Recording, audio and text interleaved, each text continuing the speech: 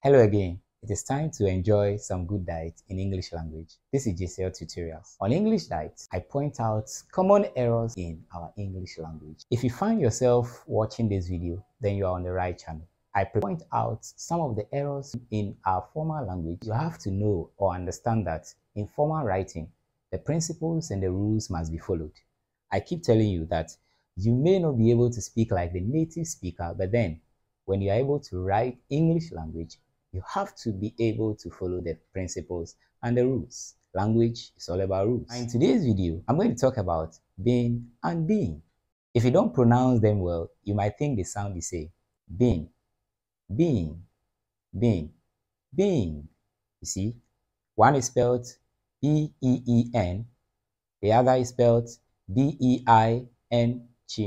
I noticed that a lot of people use this the wrong way, just because they think they sound the same, or perhaps they actually don't know that they are different English words. Now, talking about how different they are, I will first draw your attention to the fact that they are related because they stem out of a main verb known as the verb to be. So the basic thing you have to understand here is that in using the one with the B-E-I-N-G, you have to consider the conjugation of the verb to be. If you are using the other one that ends with E-N, that is B-E-E-N, you have to consider the usage of the verb to have. So I've mentioned two things over here. We are going to focus on them because they are the verbs that are going to help us understand how to use been and being. Okay, so let me take you to the board. Now, those people who are French language learners or the experts will even tell you that in the learning of French language, the verb être and avoir are very key when it comes to all the conjugation. So you realize that when you go to a French class, they focus on teaching how to conjugate these verbs. If you know it, then you can build your French from there. The verb être is the verb we have in English as to be, and avoir is what we have as to have. So you keep hearing le verbe être, le verbe avoir, the verb to be, the verb to have. So now let's see, how are they different? Being, the one with B-E-E-N, is a past participle form of the verb to be.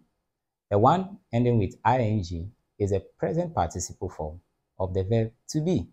So you see, they are all from the verb to be. Now let's start with the one with the ing, being. So you have your verb to be, the verb to be. With the verb to be, if you pick all the personal pronouns and you want to conjugate it, you have, so you see, I am, you are, he, she, it, is. Then the rest will follow. They will still take the are. We are, they are, you are. That is the plural form of the second person singular. So they all take are. You get it. When you come to the past tense of am, you have was. Past tense of are, you have were. It is, she is, he is. Becomes it was if it is past tense. She is, she was. He is, he was. So consider all of these: am or was, are or were, is or was, still for these personal pronouns. If you want to conjugate the verb to be, this is what you have. If you want to use being, you use all these, or you can use any of these primary auxiliaries. That is how you use being. So you have sentences like, she was being so nervous. I am being honest. I am being honest. You are being frustrated. So you look at all of these primary auxiliaries and they go with being. But this is the mistake people make. We come to the other part where you have being, B-E-E-N. This one, you don't have to use any of this. What I've seen people communicate a lot in social media language is when they use is and been. Is, been. It's a wrong English. Grammatically, the one with B-E-E-N should go with the verb to have. And the verb to have, if it is going with he, she, or it, you bring has. If it is going with I, you, we, they, then you must bring have.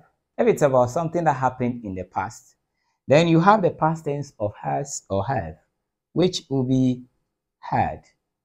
So you can have has been, have been, had been. If you want to use being, you would have to consider the conjugation forms of the verb to be, which we have over here.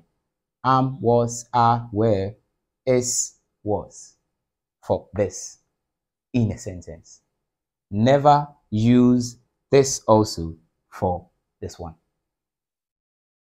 These ones go with this grammatically. I've been made to know that the exams will not be coming on. It has been a pathetic story on his part. Real Madrid has been a solid football club since its establishment. Jessica has been going through a lot since she lost her husband. When you look at this, the combination of this plus this forms what we call a perfect tense. I'm not going to focus on tenses, but then you can never talk about the combination of this being together with these primary auxiliaries and being together with the verb to have without mentioning tenses, because the tense has to be right. The tense has to be accurate. The tense has to follow the right rules and principles of grammar. I'm sure when you're writing, you'll be able to consider the fact that these are English words that must be combined or must be written in the right way, and you have to use the right choice of words. Well, thank you for watching GCL Tutorials, and I believe this segment is bringing to you a lot of knowledge. Stay connected, and I'll bring to you again another segment of English Diet. Make sure you subscribe, like, share, and let's help people also understand the principles of English language. I'm GCL, and this has been English Diet. Thanks for watching. See you again.